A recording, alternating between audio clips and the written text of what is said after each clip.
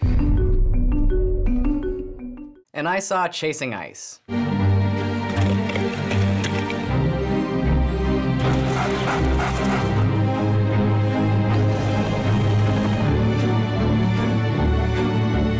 This is the memory of the landscape. That landscape is gone. It may never be seen again in the history of civilization, and it's stored right here.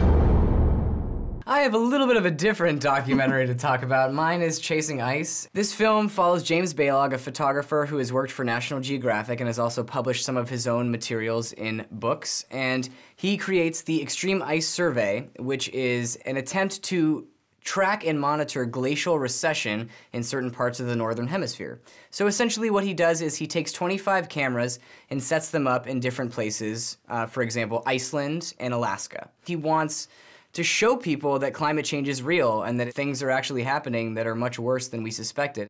Ever since glaciers have entered the ocean, hundreds of thousands of years ago, ice has always calved off. But what we're seeing now is the Greenland ice sheet thinning out and dumping ever more ice and water into the ocean.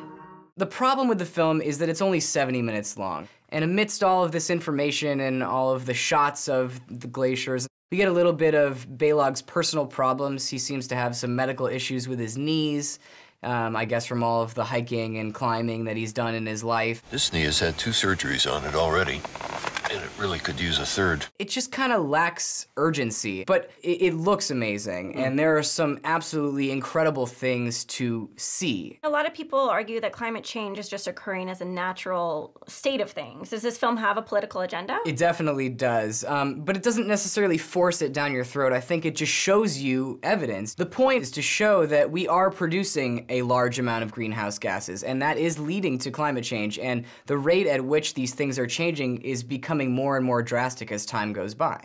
Honestly, the best part of this film is the visuals, the time-lapse photography. By the end of the film, you get to see these glaciers moving back miles at a time over 3 years, and it's scary to watch. Chasing Ice makes a strong visual case that we need to pay attention to the effects of climate change. But at a running time of 110 minutes and all that wavering that the film does, it's not destination viewing in a theater, so I'm gonna give it a stream it.